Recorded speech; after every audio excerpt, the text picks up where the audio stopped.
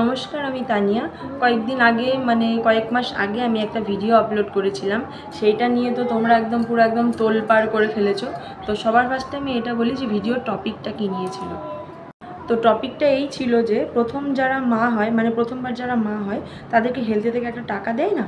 তো সেই টাকাটা মানে অনেকেই পেয়েছে, মানে আমার ডেলিভারি হওয়ার কিছুদিন আগে বা কিছুদিন পরে, মানে আমাদের সেন্টারের আর কি আন্ডারে আমরা যারা ছিলাম তাদের মধ্যে বেশ কয়েকজন টাকা পেয়েছে, আবার কিছুজন টাকা পায়নি। যারা পায়নি তাদের মধ্যে আমিও একজন।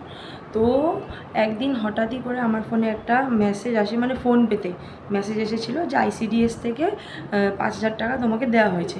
মেসেজের স্ক্রিনশটটা কিন্তু আমি এর আগের ভিডিওটা যেটা আমি আপলোড করেছিলাম সেই ভিডিওতে কিন্তু আমি মানে অ্যাটাচ করে দিয়েছিলাম স্ক্রিনে। ঠিক আছে, স্ক্রিনে কিন্তু আমি অ্যাটাচ করে দিয়েছিলাম, সেখানে স্পষ্ট মানে দেখা যাচ্ছিলো মেসেজটা। আমি বারবার করে বলেও দিয়েছিলাম যে ভিডিওটাকে পজ করে তারপর মেসেজটা ভালো করে পড়ে নিতে। তো তারপরেও আমাকে অনেকে এরকম কমেন্ট করেছে যে ICDS থেকে কোনো টাকা দেওয়া হয় না, হেলথে থেকে দেয়, আপনার থাম্বনেল ভুল, এই ভুল সেই ভুল, মানে বিভিন্ন ধরনের কমেন্ট। আমি চাইলে কমেন্টগুলো এখানে স্ক্রিনে মানে অ্যাটাচ করতে পারতাম, কিন্তু আমি অত কষ্ট করতে পারবো না, সেই কারণে আমি করিনি।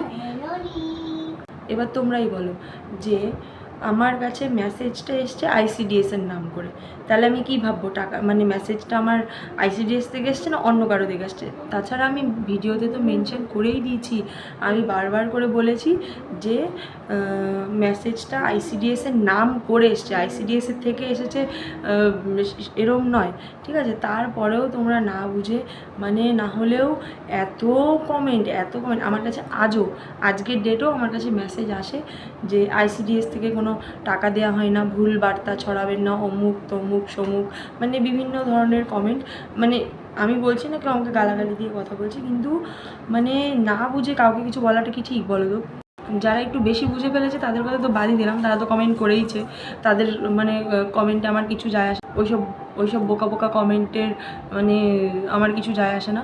তো আমি ভিডিওটা আপলোড করার পর অনেক ধরনের কমেন্ট এসেছে, তাদের মধ্যে একদল তো ওই যেটা আমি এখনই বললাম, আরেক দল বলেছে যে দিদিভাই খুব ভালো করেছো যে তোমার সাথে ঘটে যাওয়া ঘটনাটা তুমি জানিয়েছো, আমরা সতর্ক হয়ে গেলাম।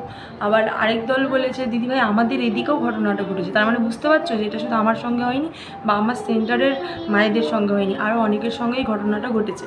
তো যারা ভিডিওটাকে ভালোভাবে না দেখেই জ্ঞান দিতে চলে এসছো তাদেরকে বলছে আগে ভিডিওটা দেখো, ভিডিওটা পজ করে মেসেজটাকে ভালো করে দেখো, তারপর কমেন্ট করতে আসো প্লিজ।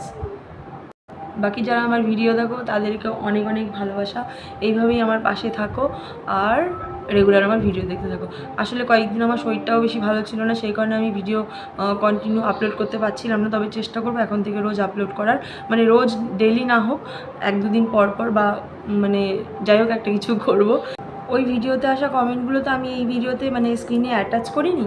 তো তোমরা চাইলে মানে আমার প্রোফাইলে গিয়ে ওই ভিডিওটাতে গিয়ে মানে ভিডিওটা ওপেন করে নিচে তোমরা কমেন্ট সেকশানে দেখে নিতে পারো। মানে কমেন্টের কি শ্রী দেখে তোমরা হেসে মরবে। দুঃখ তো দূরের কথা, আমি হেসেই মরছিলাম সত্যি। তো যাই হোক, আজকে এতটুকুই, দেখা হবে নেক্সট ব্লগে।